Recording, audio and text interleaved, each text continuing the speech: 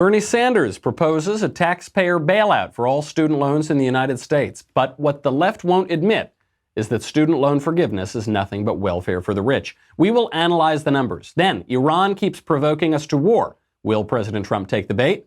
That crazy lady who's accusing Trump of rape says more crazy things on television. And the White House names a new press secretary who isn't me. That's okay, though. I'm not. I was just actually cutting some onions before this, so that's great news. All that and more. I'm Michael Knowles. This is The Michael Knowles Show.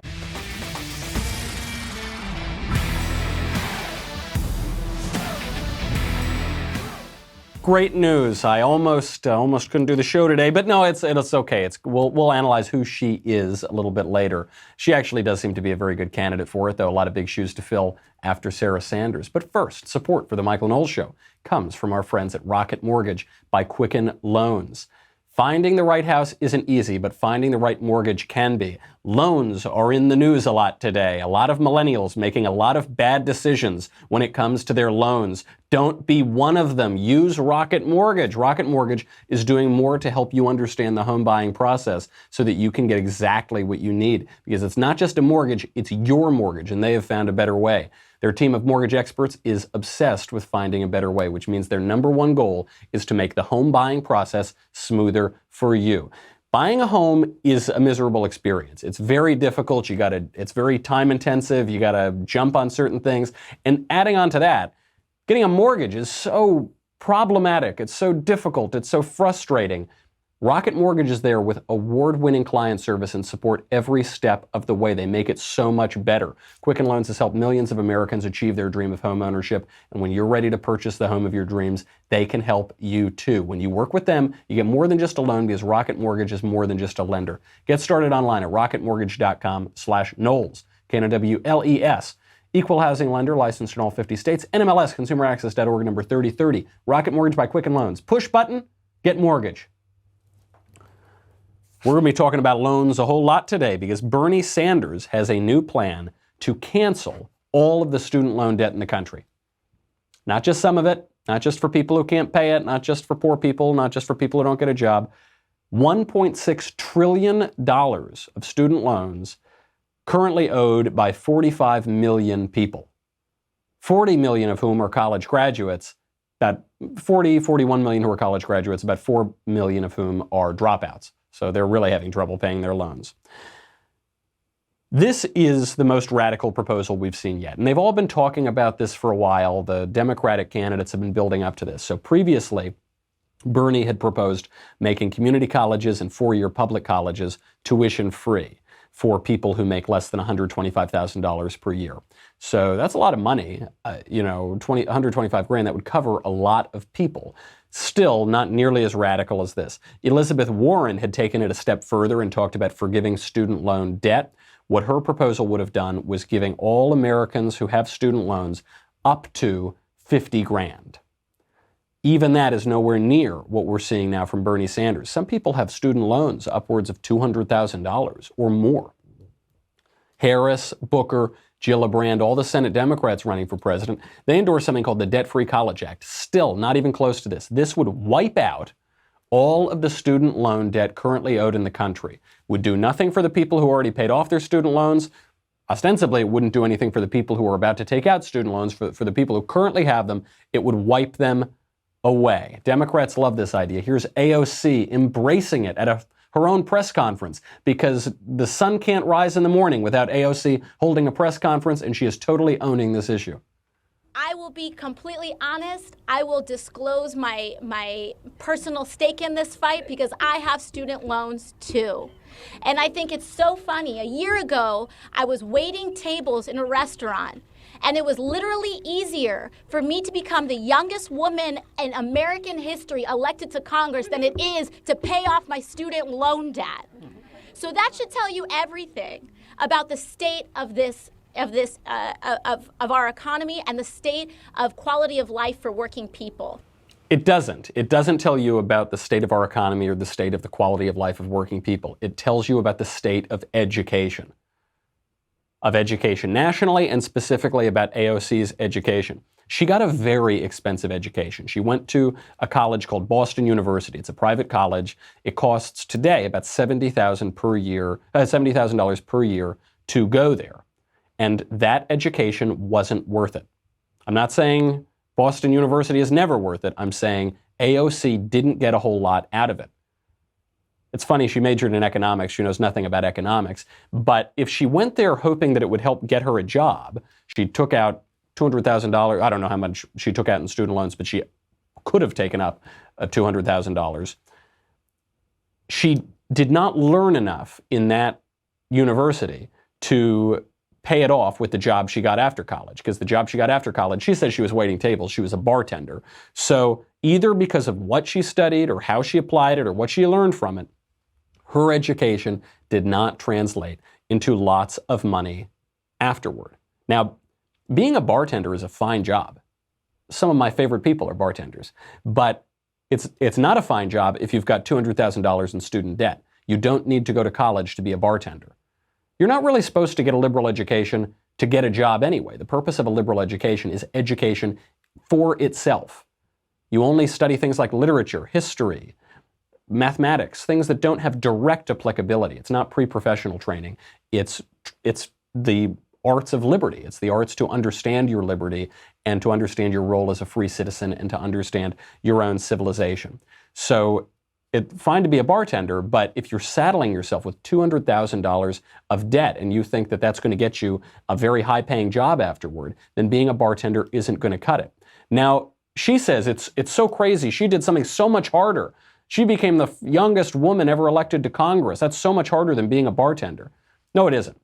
No, it isn't. Being a bartender is much harder than being a congressman. It requires much more in terms of social intelligence. It probably requires a higher IQ.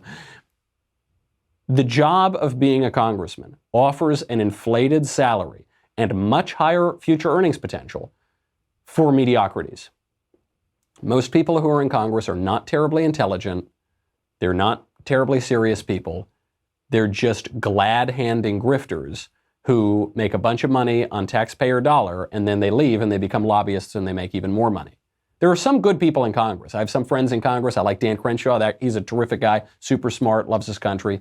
Most people in Congress are not Dan Crenshaw. So I'm not at all surprised. AOC graduates college. She hasn't learned anything. She's saddled herself with debt for what is basically a worthless degree. And she realizes, gosh, in the private sector, I'm never going to make anything. I'm not going to make any money out here. And I'm going to just be waiting tables or being a bartender for the rest of my life and never be able to pay off this debt. But I can run for Congress. This is the path forward for mediocrities coast to coast. This is a very ironic proposal, though, because what the left doesn't want to admit is that student loan forgiveness is not a way to help out poor people. It's not a way to help out the oppressed underclass. Student loan forgiveness is welfare for the rich. As always, it's the left pretending that they're sticking up for the little guy when really they are sticking up for the elites. Bernie and AOC say this is going to help the average, the working American. The average working American doesn't have a college degree. 1/3 of Americans graduate from college. 2/3 of Americans don't graduate from college. Americans who do graduate from college, statistically speaking, can expect to make a lot more money. The median American college graduate makes about 75% more per year than the median American who only has a high school diploma. Okay, you do get a payoff. If you go to college, statistically speaking, the median person who goes to college is going to make significantly more money. That comes with a cost. You have to pay the tuition. You have to pay off your student loans. It's not as though Bernie Sanders and AOC are like paying off these people's student loans out of charity. The taxpayers are paying.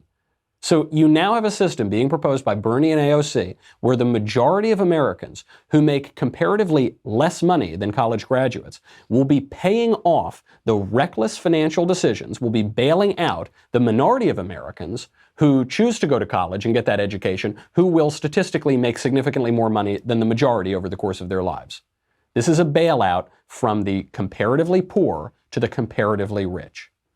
Now, the left is trying to avoid this criticism. Bernie has not acknowledged it. AOC has not acknowledged it. Ilhan Omar, to her credit, has sort of alluded to this issue, that it's the minority of people who are going to college in the first place, who are graduating from college. It's people who have much higher future earnings potential than people who don't go to college. Why is the rest of America going to bail them out for something that's going to make them more money in the long run? Ilhan Omar sort of alludes to this. They are the debt generation. Many of them played by the rules, followed the advice of our parents, our leaders, and got an education. We are told going to college opens a world of opportunity, but far too many, it's accompanied by a world of anxiety, stress, and never-ending debt. We are told by some politicians that this debt is our fault, that if we want to achieve the American dream, we have to lift ourselves up by our bootstraps. Well, we're here today to say student debt is not the result of bad choices or behavior.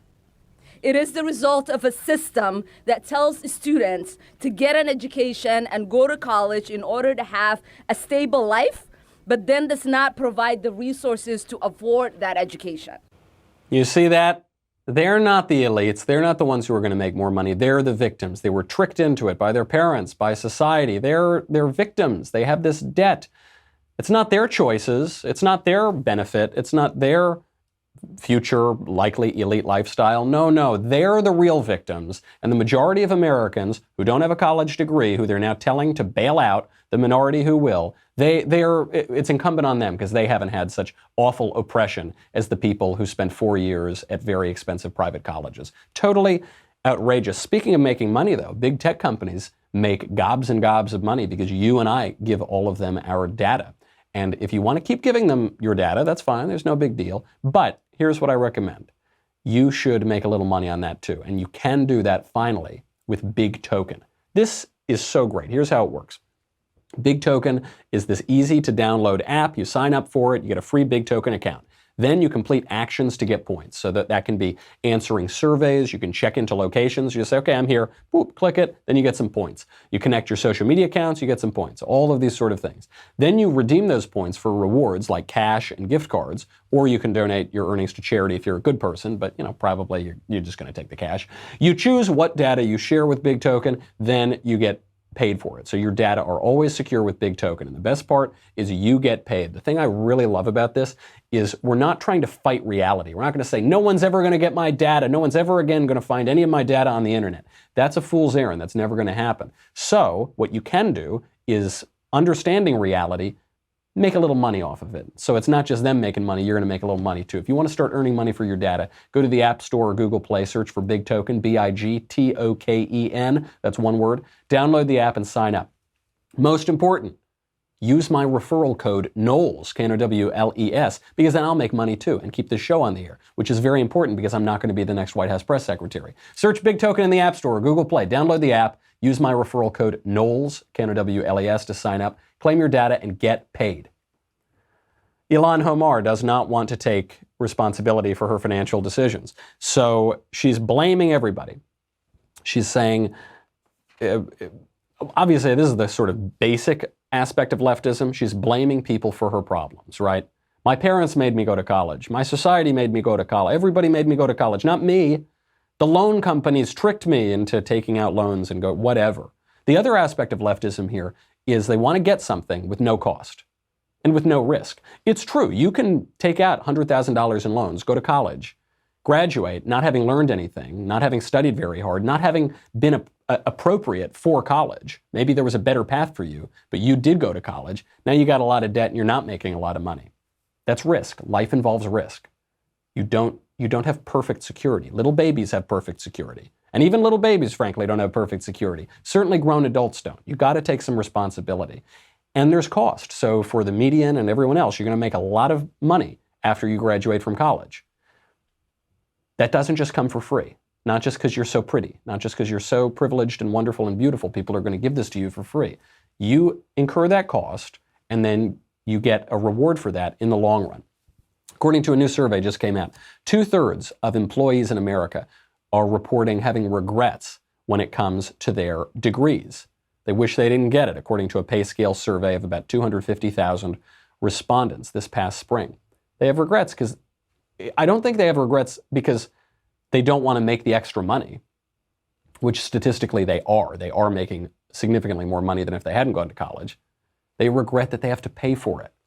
Sorry, buddy, there's no such thing as a free lunch. If you want something in this life, you've got to pay for it. So the other question on this is, why are we only going to pay off student loans? If the minority of people are the ones who are getting the student loans, why are we privileging them? Also, are we going to reimburse people who already paid off their loans? Or are we going to give a bonus to people who were able to get scholarships to college so they didn't need as much in student loans or any student loans? Are we going to give anything to the majority of Americans who don't have student loans? Why not car forgiveness? Why not car loan forgiveness?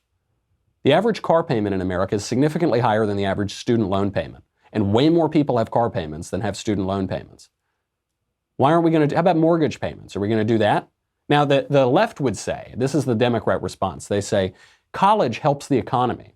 It's sort of a common good because the more educated people you have, the more they're going to make a lot of money and that wealth is going to trickle down. Ironically, they're making a sort of trickle-down argument from the left.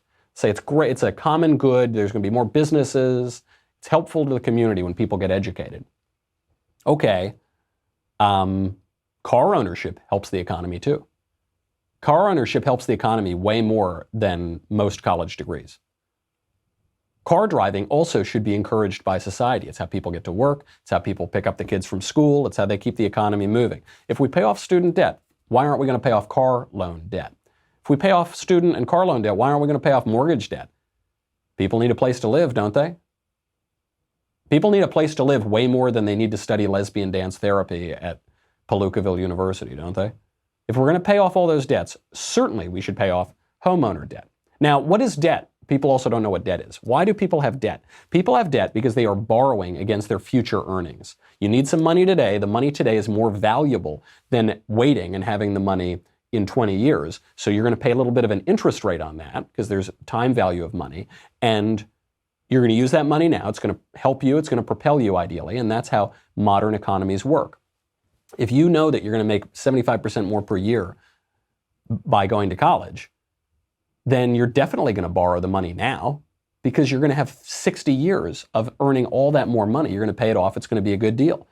That allows for economic growth. But if there's never any consequence to debt, then the system of credit is going to collapse because no one's going to have faith in the system, right? The way that credit works is you have to have people believe that there's going to be a consequence to not paying it off. Otherwise, why would anyone pay off their debts? If we forgive $1.6 trillion in student loan debt, why would anyone ever again make a student loan payment? It actually wouldn't be fair for them to do it. It already wouldn't be fair for the people who paid off their debt. So why would they ever make that? We're just going to have to bail out student loans all the time. If we forgive all the student loans, we are creating a federal entitlement to free college and free private college for that matter. But once the government gets involved, I guess it becomes a public college. No one will pay off their debts.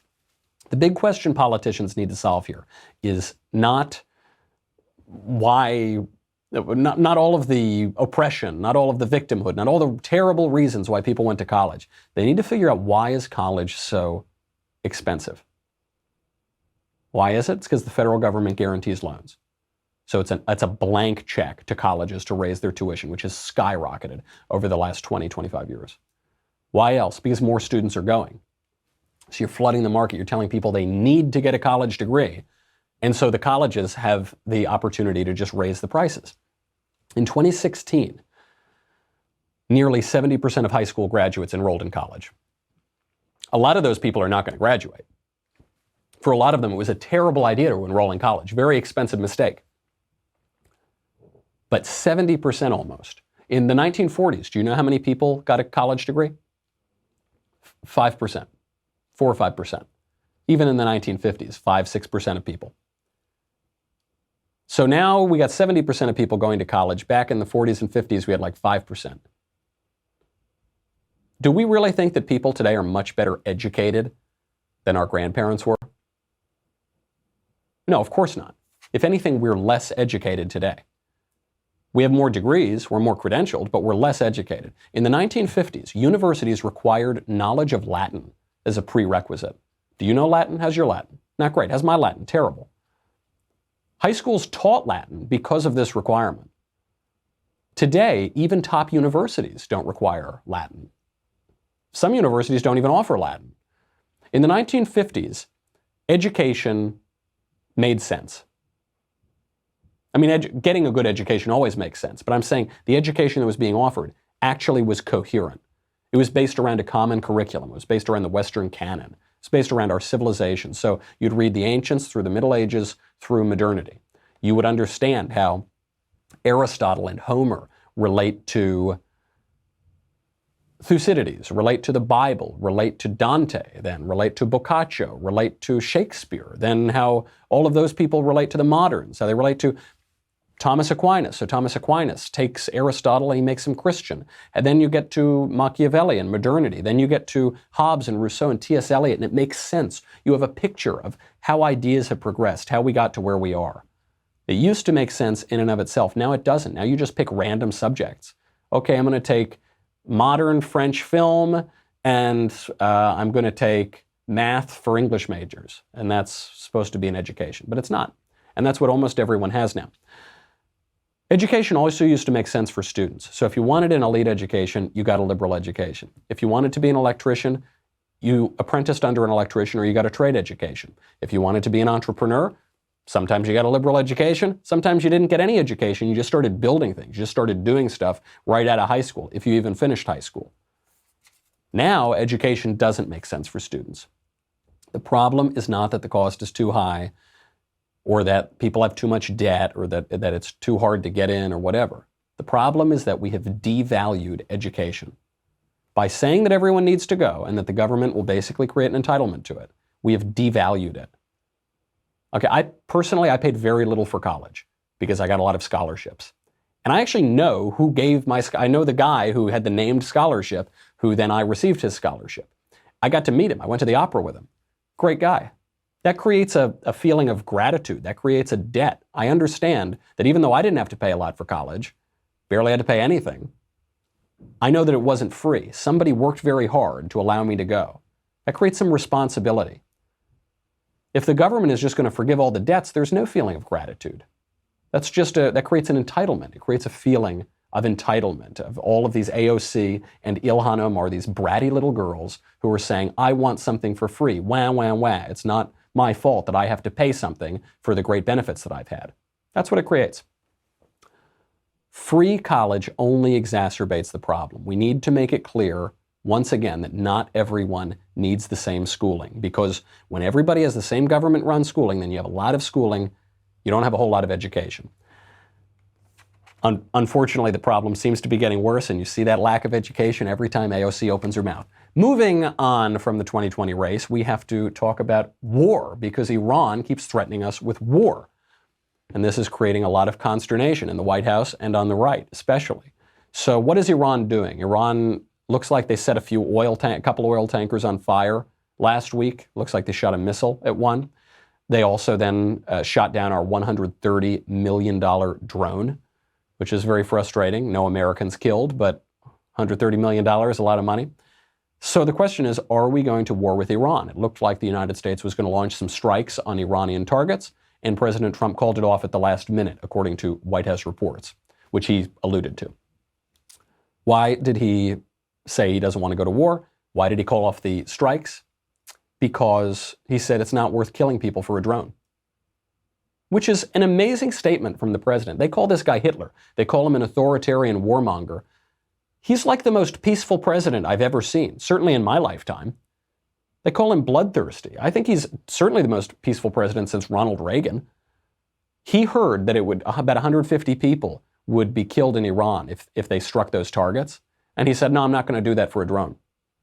I'm not going to kill those people. It's not their fault. You know, Barack Obama loved invading Muslim countries. They said if I voted for John McCain, then we'd go to war with another Muslim country. And obviously that was correct, because I voted for McCain and we went to war with more Muslim countries. George W. Bush responded to 9/11 by invading Afghanistan and Iraq. Bill Clinton bombed a medicine factory in Sudan just to get Lewinsky out of the news. That's how little it took for Bill Clinton to go to war. Bush 41 obviously led the Gulf War. Ronald Reagan, actually, was also fairly dovish.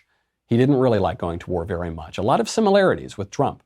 Ronald Reagan sent forces into Lebanon, and then you had the Beirut bombing, and over 200 Americans were killed, and he pulled those forces out pretty quick. So what is President Trump going to do? His supporters don't want to go to war with Iran, generally, but there's sort of a split here. There's a split in the conservative mind on this. On the one hand, we say, Iran is awful, they're terrible, they're a terrible government, they're ruining the world order, I don't care about them at all, blow up the whole country. That's one idea. The other one is, I don't care about Iran, I don't care about Iran at all, I don't want to send American soldiers to fight because it doesn't seem to really affect me. That's the other idea. They're both kind of views of going to war that have a kind of machismo to them. They have a conservatism to them. But we're debating now which one to do. What is President Trump going to do? He finally made his announcement yesterday. Sanctions imposed through the executive order that I'm about to sign will deny the Supreme Leader and the Supreme Leader's office and those closely affiliated with him and the office access to key financial resources and support. The assets of Ayatollah Khomeini and his office will not be spared from the sanctions. Okay, so I have to stop it right there because the left was attacking Trump yesterday. They were all making fun of him because he referred to the Ayatollah Khomeini who died in 1989. What a total idiot. Can't you, what a nincompoop. He talked about Ayatollah Khomeini like Ayatollah Khomeini is still alive. So I asked a few of these people on Twitter, I said, okay, yeah, Ayatollah Khomeini is dead. What's the new guy's name? None of them knew because they don't know anything. They make these jokes like guffawing buffoons, but they don't know the punchline. The new guy's name is Ayatollah Khamenei. Okay, so he mispronounced the name. It's pretty close. It's not like he confused him with John Smith or something. It's Khomeini and Khamenei. Give me a break. He's reading it on the paper. He doesn't, I don't know. It's not like the biggest deal in the world. He goes on to the actual meat of what he's talking about.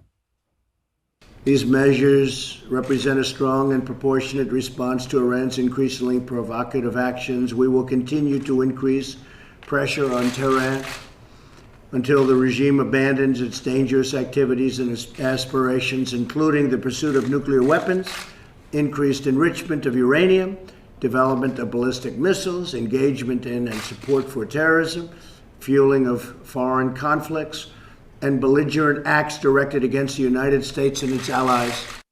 Okay, so he's talking tough, he's getting tough as a diplomatic measure, but he isn't saying the bombs are going to fly in 5 minutes. What is going on with Iran? The friend of the show, foreign policy expert Mike Duran, has an interesting take on this. We'll get to it in a second. Then we'll get to that crazy lady who's accusing Trump of rape and a whole lot more. But first, I've got to say goodbye to Facebook and YouTube. Go over to dailywire.com. $10 a month, $100 for an annual membership. You get me, you get the Andrew Klavan Show, you get the Ben Shapiro Show, you get the Matt Walsh Show, you get to ask questions in the mailbag, which is coming up on Thursday. Get them in. You get to ask questions backstage. You get the Leftist Tears Tumbler. Oh, yes, that's very good. Yeah, that sounds like, it sounds like we're not going to forgive your $1.6 trillion in loans. If they think that payouts, $1.6 trillion payouts for the minority of Americans who are these elite, effete, generally left-wingers, that's going to rally people to go vote for them in 2020, probably not a great look. Head over to dailywire.com. We'll be back with a lot more.